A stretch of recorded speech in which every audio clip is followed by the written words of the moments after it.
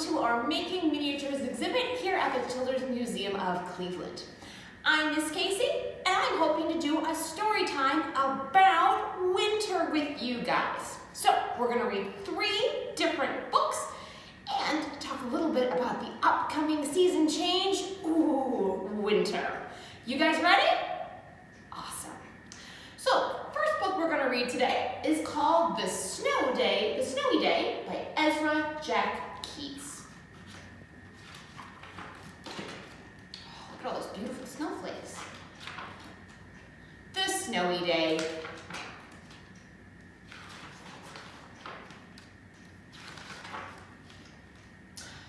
One winter morning, Peter woke up and looked out the window. Snow had fallen during the night. It covered everything as far as he could see. After breakfast, he put on his snowsuit and ran outside. The snow was piled up very high along the street to make a path for walking. Crunch, crunch, crunch, his feet sank into the snow. He walked with his toes pointing out like this. And he walked with his toes pointing in like this. Then he dragged his feet slowly to make tracks. And he found something sticking out of the snow that made a new track. It was a stick. A stick that was just right for smacking a snow-covered tree. Down fell the snow, plop, on top of Peter's head. He thought it would be fun to join the big boys in their snowball fight, but he knew he wasn't old enough. Not yet. So he made a smiling snowman, and he made angels. He pretended he was a mountain climber. He climbed up a great big, tall, heaping mountain of snow and slid all the way down. He picked up a handful of snow and another and still another. He packed it round and firm and put the snowball in his pocket for tomorrow. Then he went into his warm house. He told his mother all about his adventures while she took off his wet socks. And he thought and thought and thought about them. Before he got into bed, he looked in his pocket. His pocket was empty. The snowball wasn't there. He felt very sad. While he slept, he dreamed that the sun had melted all the snow away. But when he woke up, his dream was gone, and the snow was still everywhere, and new snow was falling. After breakfast, he called to his friend from across the hall. They went out together into the deep, deep snow. The end. Man, that sounds like a super fun snowy day. Now we have another story, but this time it's called Snowmen at Night by Caralyn Buehner, and the pictures by Mark Buehner. Have any of you guys ever wondered what snowmen do while we're sleeping? Well, let's read the book and find out.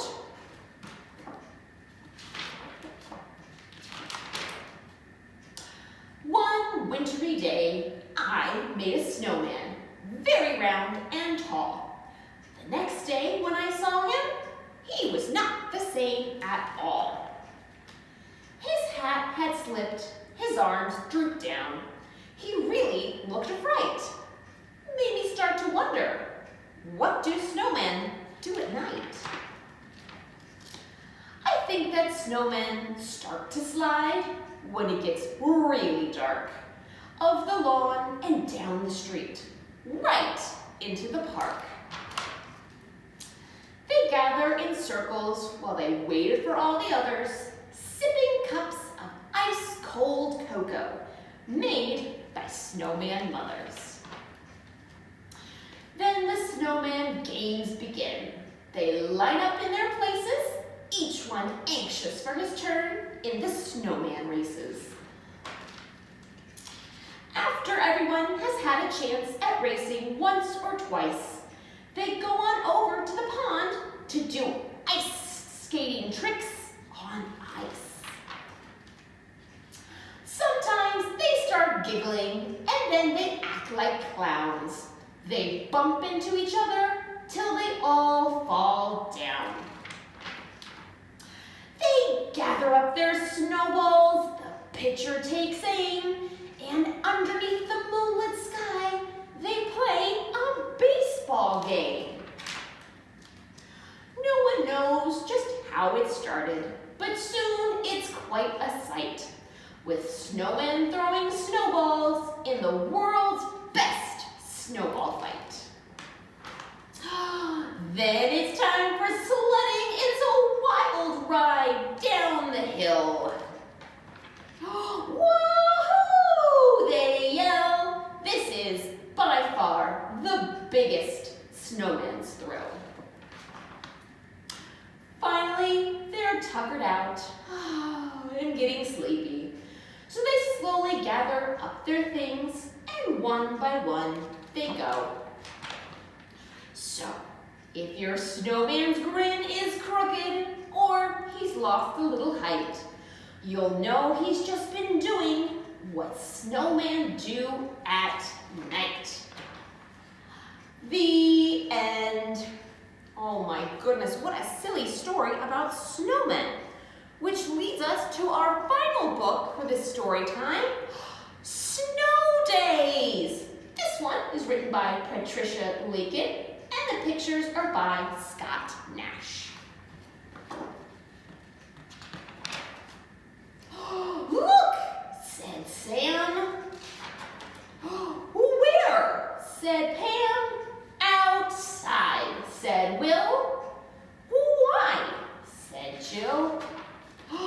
Snow, said Sam, Pam, Will, and Jill. Long undies, said Sam. Boots, said Pam. Mittens, said Will. Scarves, said Jill. Sleds, said Sam, Pam, Will, and Jill.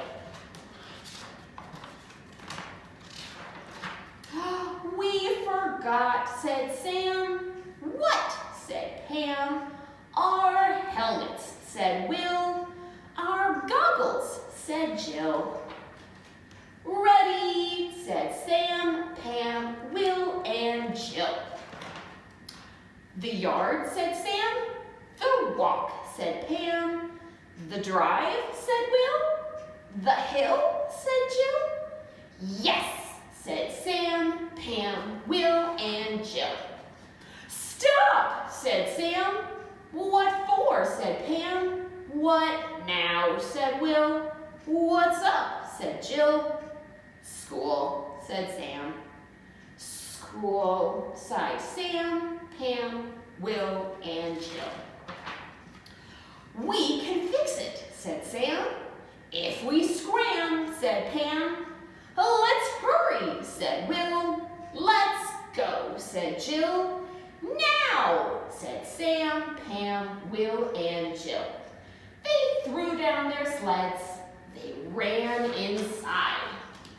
They took off their mittens. They took off their boots. They took off their goggles. They took off their helmets. They took off their scarves. They ran to their phones. They phoned in the news. This is Principal Sam, said Sam. This is Principal Pam, said Pam. This is Principal Will, said Will. And this is Principal Jill, said Jill. Snow day today, they all said. And schools are closed, said the news. Sam, Pam, Will, and Jill smiled. They put on their scarves, and they put on their helmets. They put on their goggles, they put on their boots, they put on their mittens. They ran outside. They picked up their sleds, and they ran up the hill.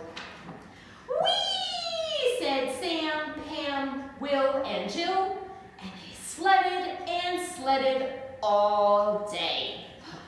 The end. I really hope you've enjoyed our snowy and wintry themed story time. I'm Miss Kasey with the Children's Museum of Cleveland. Have a great day, you guys. For more programming like this, see cmcleveland.org.